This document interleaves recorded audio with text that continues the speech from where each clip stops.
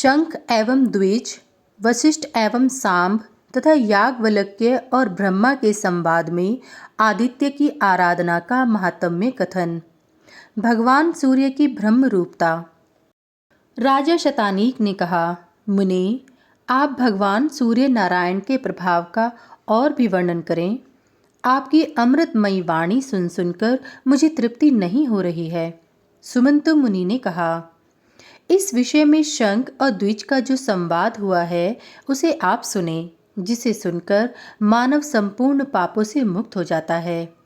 एक अत्यंत रमणीय आश्रम था जिसमें सभी वृक्ष फलों के भार से झुक रहे थे। कहीं मृग अपनी सींगों से परस्पर एक दूसरे के शरीर में खुजला रहे थे।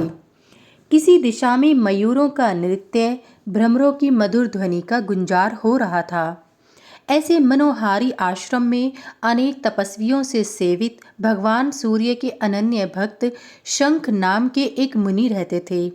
एक बार भोजक कुमारों ने मुनि के समीप जाकर विनयपूर्वक अभिवादन कर निवेदन किया, महाराज, वेदों के विषय में हमें संदेह है, आप उसका निवारण करें।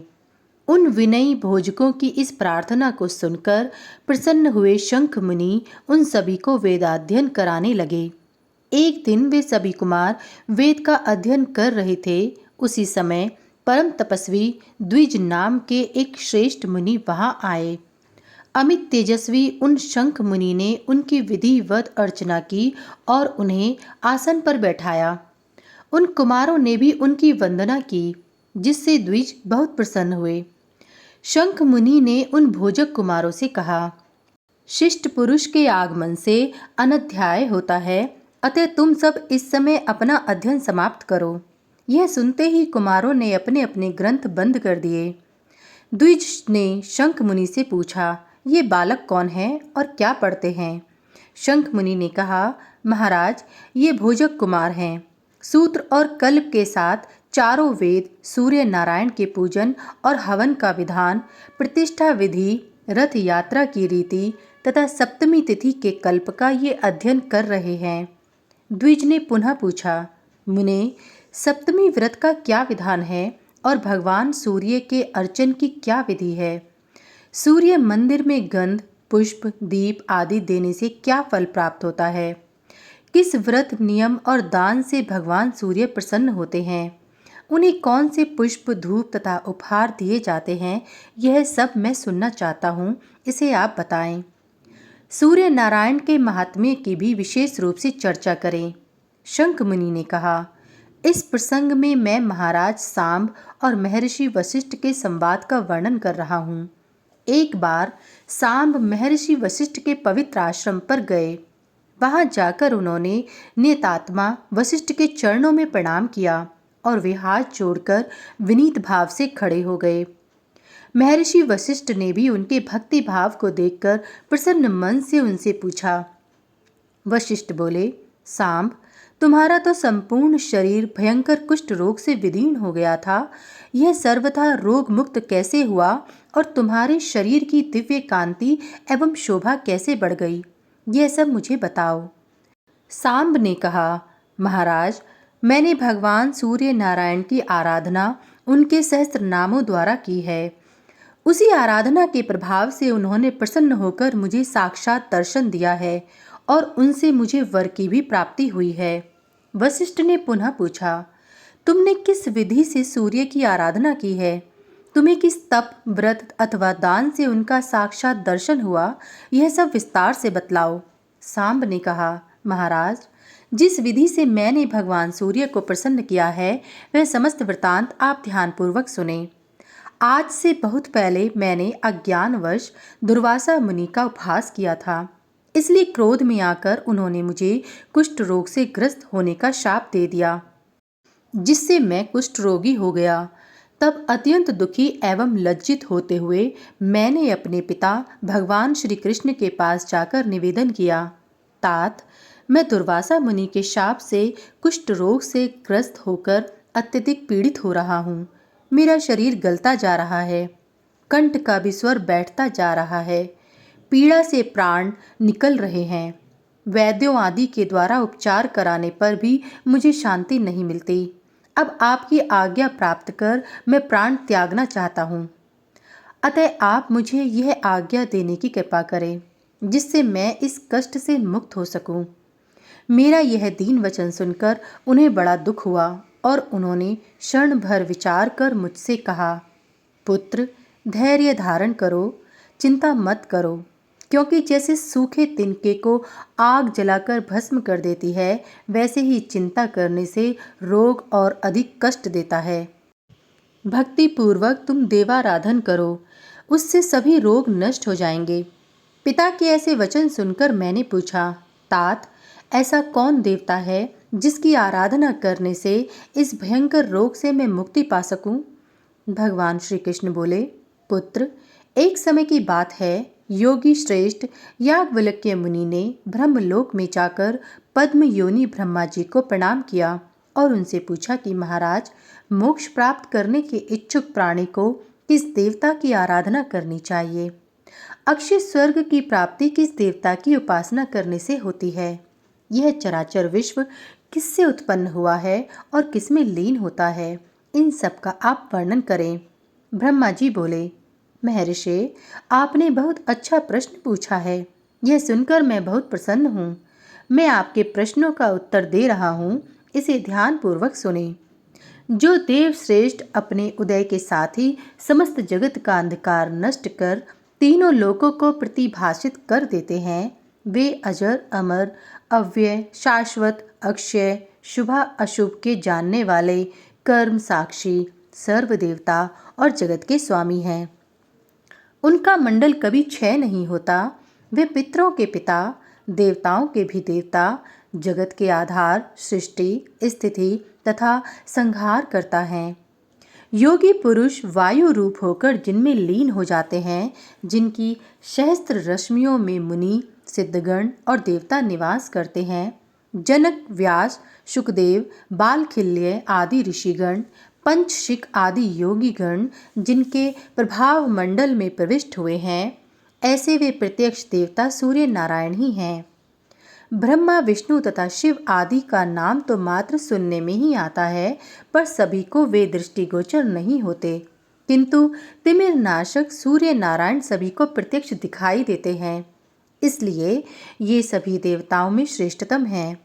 अतः याज्ञवल्क्य, आपको भी सूर्य नारायण के अतिरिक्त अन्य किसी देवता की उपासना नहीं करनी चाहिए।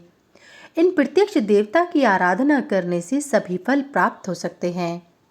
याज्ञवल्क्य मुनि ने कहा, महाराज, आपने मुझे बहुत ही उत्तम उपदेश दिया है, जो बिल्कुल सत्य है।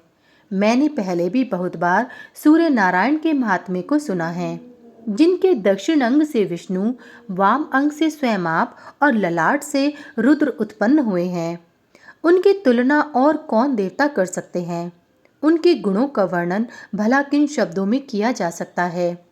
अब मैं उनकी उस आराधना विधि को सुनना चाहता हूँ जिसके द्वारा मैं संसार सागर को पार कर जाऊं।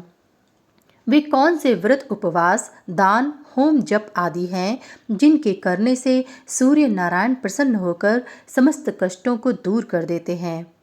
यह सब आप बतलाने की कृपा करें, क्योंकि प्राणियों द्वारा धर्म, अर्थ तथा काम की प्राप्ति के लिए जो चेष्टाएं की जाती हैं, उनमें वही चेष्टा सफल है जो भगवान सूर्य का आश्रय ग्रहण कर अनुष्ठित हो, अन्यथा वे सभी क्रियाएं व्यर्थ हैं। इस अपार घोर संसार सागर में निमग्न प्राणियों द्वारा एक बार भी किया गया सूर्य नमस्कार मुक्ति को प्राप्त करा देता है। भक्ति भाव से परिपूर्ण याज्ञवल्क्य के इन वचनों को सुनकर ब्रह्मा जी प्रसन्न हो उठे और कहने लगे कि याज्ञवल्क्य, आपने सूर्य नारायण की आराधना का जो उपाय पूछा है, उसका मैं वर्णन कर रहा हूँ।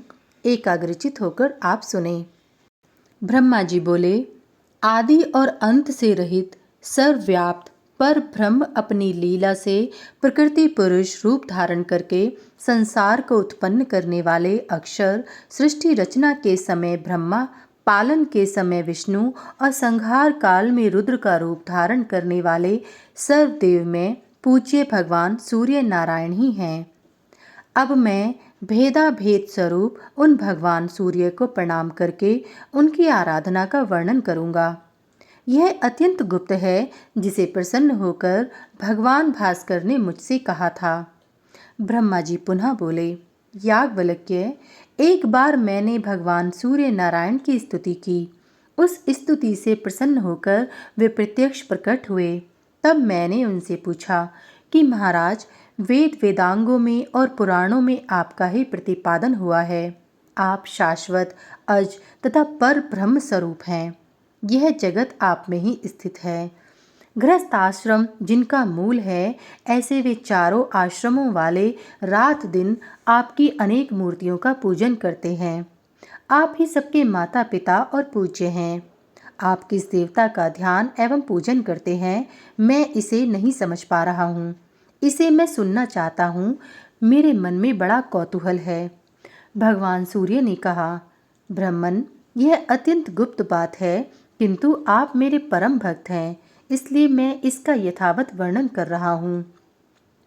वे परमात्मा सभी प्राणियों में व्याप्त, अचल, नित्य, सूक्ष्म तथा इंद्रियातीत हैं। उन्हें क्षेत्रज्ञ, पुरुष, हिरण्यगर्भ, महान, प्रधान तथा बुद्धि आदि अनेक नामों से अभिहित किया जाता है, जो तीनों लोकों के एकमात्र आधार हैं। वे निर्गुण होकर भी अपनी इच्छा से सगुण हो जाते हैं। सबके साक्षी हैं, स्वतः कोई कर्म नहीं करते और न तो कर्म फल की प्राप्ति से संलिप्त रहते हैं। वे परमात्मा सब ओर सिर, नेत्र, हाथ, पैर, नासिका, कान तथा मुख वाले हैं। वे समस्त जगत को आच्छादित करके अवस्थित हैं तथा सभी प्राणियों में स्वच्छंद होकर आनंद पूर्वक विचरण करते हैं। शुभाशुभ कर्म रूप बीज वाला शरीर क्षेत्र कहलाता है। इसे जानने के कारण परमात्मा क्षेत्रज्ञ कहलाते हैं। वे अव्यक्त पुर में शयन करने से पुरुष, बहुत रूप धारण करने से विश्वरूप और धारण पोषण करने के कारण महापुरुष कहे जाते हैं। ये ही अनेक रूप धारण करते हैं। जिस प्रकार एक ही वायु शरीर में प्राण, अपान आदि अनेक रूप धारण किए हुए हैं, और जैसे एक ही अग्नि अनेक स्थान भेदों के कारण अनेक नामों से अभिहित की जाती है, उसी प्रकार परमात्मा भी अनेक भेदों के कारण बहुत रूप धारण करते हैं। जिस प्रकार एक दीप से हजारों दीप प्रज्वलित हो जाते हैं, उसी प्रकार एक परमात्मा से संपूर्ण जगत उत्पन्न होता है। जब वह अपनी इच्छा से संसार का संहार करता है, तब फिर एकाकी ही रह जाता है।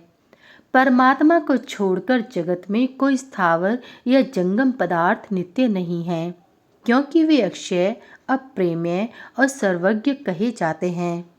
उनसे बढ़कर कोई अन्य नहीं है। वे ही पिता हैं, वे ही प्रजापति हैं। सभी देवता और असुर आदि उन परमात्मा भास्कर देव की आराधना करते हैं और वे उन्हें सद्गति प्रदान करते हैं। वे सर्वगत होते हुए भी निर्गुण हैं। उसी आत्म स्वरूप परमेश्वर का मैं ध्यान करता हूँ तथा सूर्य रूप अपने आत्मा का ही पूजन करता हूँ। हे याज्ञवल्क्य मुनि, भगवान सूर्य ने स्वयं ही ये बातें मुझसे कही थीं।